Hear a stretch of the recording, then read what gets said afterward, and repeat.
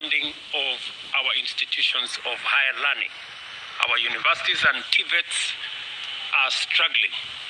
Many universities have court cases. They cannot pay their lecturers, and statistics show that the 54 billion that we budget for university education is less than 50% of the requirement of our universities to carry out the curriculum being taught in our universities. As a result, universities have been forced to cut corners, if I may put it crudely, and look for alternative ways of trying to get our students taught. And therefore, it became necessary, and I did ask my economic team, led by Professor David Ndi, who is here, to sit down with our university vice chancellors. They've had many meetings.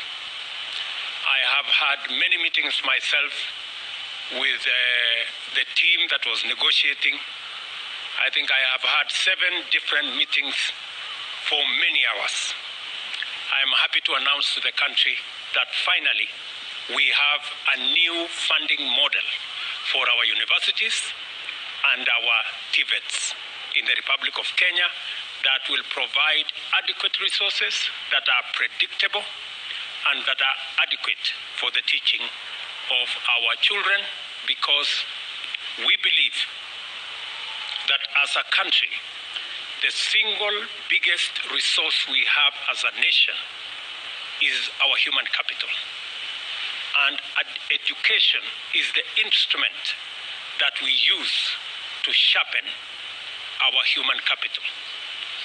Any underinvestment, any challenge in our education spells not very good news to our human capital. And therefore, I want to make the following statement.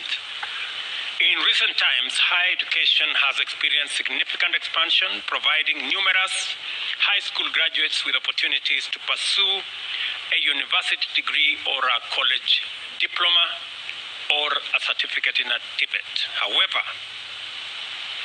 it also encounters various challenges, primarily due to the massive enrollments and inadequate funding. Most of our universities are sagging under a heavy burden of huge debts arising from unpaid staff salaries, unremitted statutory deductions, pensions, SACCO dues, bank loans, and unpaid suppliers. In total, our universities are indebted to the tune of 60.2 billion Kenya shillings, a figure that continues to grow every month. Similarly, the technical and vocational education training institutions, the challenge has been the increase in enrollment from about 90,000 8 years ago to 327,000, leading to a reduction in funding per trainee over the years from an average of 30,000 to as low as 17,000 a year last year. It is therefore crucial and necessary to develop a new funding model to address the financial challenges facing higher education. This new funding model does not increase university fees. Let me repeat that. This new funding model does not increase university fees. In the financial year 2022-2023, Kenya shillings 54 billion was allocated to university education, both as grant and as loans. In the next financial year, under the new model, we are increasing the budgetary allocation from 54 billion to 84.6 billion, an extra 30.6 billion. This is an increase of 56% and translates to an increase of funding per student from 152,000 to Kenya shillings 208,000, an increase of 37%. The budgetary allocation for TVETs will increase from 5.2 billion this financial year to Kenya shillings 10 billion in the, the budgetary allocation for TVETs will increase from 5.2 billion in the financial year 22-23 to Kenya shillings 10 billion in the financial year 2023-2024. The cost of training TVET students will be 67,000 Kenya shillings per year per trainee, and that is significant. Universities and TVETs will no longer receive, under the new funding model, block funding in form of grants based on differentiated unit costs. The government has resolved that university funding will henceforth be student-centered and be apportioned to individual students according to their level of need. Funding to students shall combine scholarships, loans, and household contributions on graduated scale, scientifically determined by means testing instrument. The means testing instrument is an instrument that has been developed by Higher Education Loans Board over the last 20 years. Students will be categorized according to 4 levels of need. Vulnerable, actually 3 levels: vulnerable, less vulnerable, and able. All students shall be supported adequately to meet the cost of the program they choose to pursue. No student will ever be left behind. The government shall fully fund the vulnerable students, who comprise 29% of students joining university. And these are 45,000 students will be funded fully by the government of Kenya. And in our TVET institutions, 42,000 students this year will equally be funded fully by the government of Kenya. Their parents will contribute nothing. The funding shall be through government scholarships and loans. For the first time, students whose households are at the bottom of the pyramid shall enjoy equal opportunity in accessing university and TVET education. Their households shall not make any contributions towards the education of their children because of their financial status.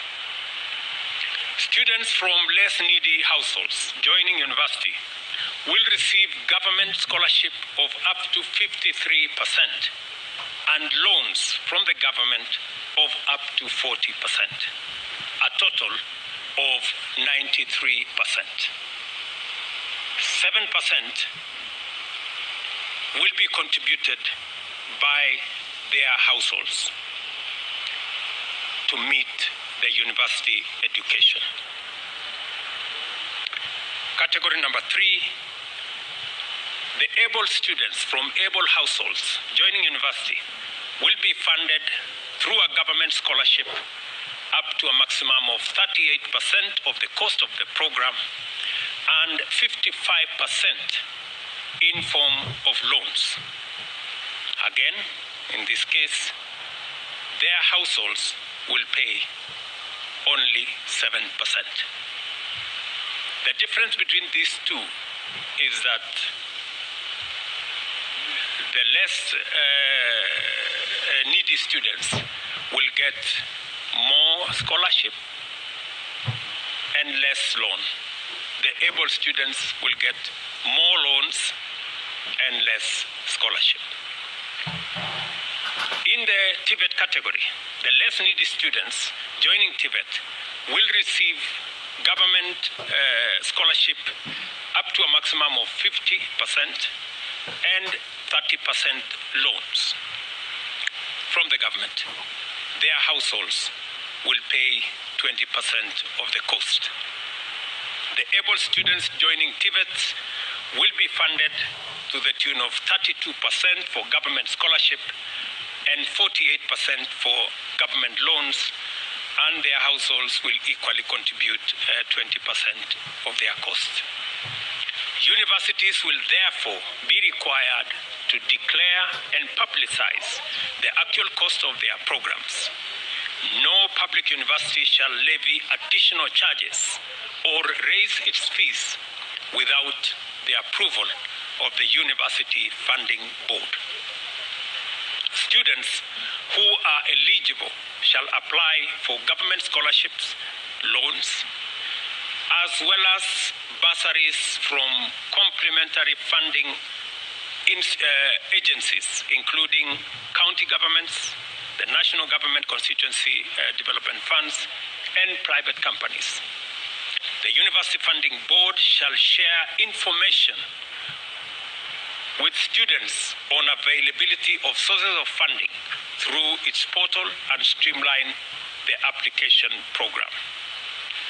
The new model of funding higher education to be implemented effective this academic year 2023-2024 will commence with a new cohort of 173,127 students joining universities and 145,325 students joining TVETs. All continuing government-sponsored students shall be supported in line with the previous existing funding model. Starting from 2023-2024 academic year, the process of placing students to universities and TVETs shall not be linked to funding. All universities and TVETs shall, with immediate effect, disclose and provide information on the cost of their academic programs to the Kenya University and Colleges Central Placement Service. The Placement Service shall publish this information prior to placement of students so that students can choose the universities they want to join. With a new funding model, universities and TVETs will be motivated to raise additional resources and to enhance the quality of education so as to attract more students. Overall, there will be 4 funding streams to ensure the sustainability of university and TVETs. This shall include student-centered funding, the one I have explained. We are going to interrogate now research funding. We are going also to separate this from capital infrastructure grants that will now go to universities for development of university facilities. And also we will be encouraging fee-for-service, such as consultancy, where universities can provide this service. Having developed an elaborate framework on student-centered funding, we shall turn our attention to the other 3 funding options in the short term.